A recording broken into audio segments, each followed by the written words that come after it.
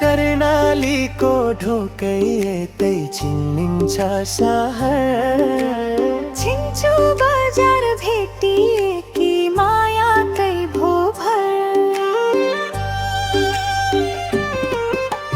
कर्णालीको ढोकै यतै चिनिन्छ सहर।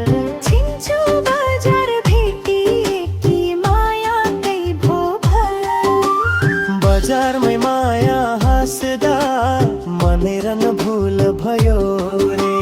यात्रु झर्ने बस चढ्ने क्या राम्रो बजार रे। छिन्चु बजार घुम्न